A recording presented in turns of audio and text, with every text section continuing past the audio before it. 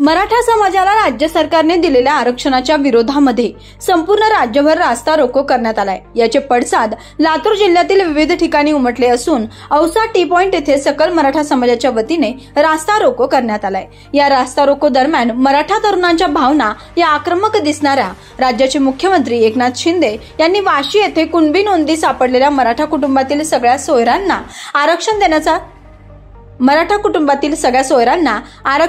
GR काढण्यात आला होता।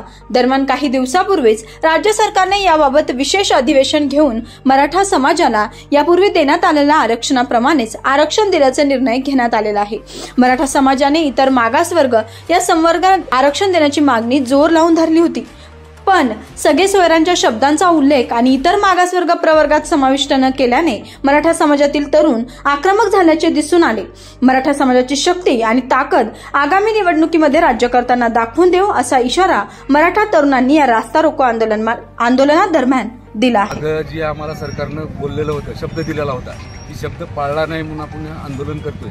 तर सरकारनं आतापर्यंत मराठा समाजाला येड्यात काढलेलं आहे, म्हणून आम्ही त्यांनी आम्हाला आरक्षण दिलंही आणि नाही दिलं तर आम्ही या सरकारला मतदान करणार नाही, मराठा समाज म्हणून। मनोज जरांगे साहेबांनी जी आंदोलन करण्यासाठी आम्हाला जी सूचना दिल्या त्याच्या प्रमुख मागण्या आमच्या एकच आहेत की 27 जानेवारी 2024 रोजी महाराष्ट्र शासनाने म्हणजे महाराष्ट्राचे मुख्यमंत्री एकनाथ शिंदे साहेबांनी नवी मुंबई वाशी येथे येऊन त्या ठिकाणी आम्ही जी मुंबईवर कूच करत होतो, सकल मराठा समाज करोडोच्या माध्यमातून त्या ठिकाणी मुंबईमध्ये जात होता आणि त्या मुंबईमध्ये गेल्यानंतर त्या ठिकाणी तिथलं जनजीवन विस्कळीत होईल, तिथली यंत्रणा विस्कळीत होईल, ही सगळी काळजी घेऊन सरकारने एक GR तयार केला आणि आमच्या काही प्रमुख मागण्या होत्या, सगळ्या मागण्या मान्य केल्या।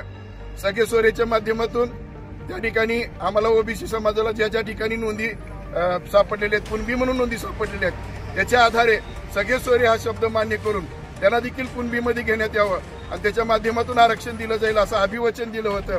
विशेष अधिवेशन फेब्रुवारीमध्ये घेऊ असं अभिवचन दिलेलं होतं आणि 22 फेब्रुवारीला अधिवेशन झालं, पण अधिवेशनामध्ये मूळ विषय बाजूला ठेवला, GRचा विषय बाजूला ठेवला, त्याचा उल्लेख देखील केला नाही आणि 10% आरक्षण मराठाला दिलं।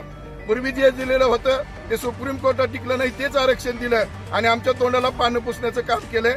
म्हणून हा आंदोलन आम्ही सतत पुढे चालू ठेवलेलं आहे।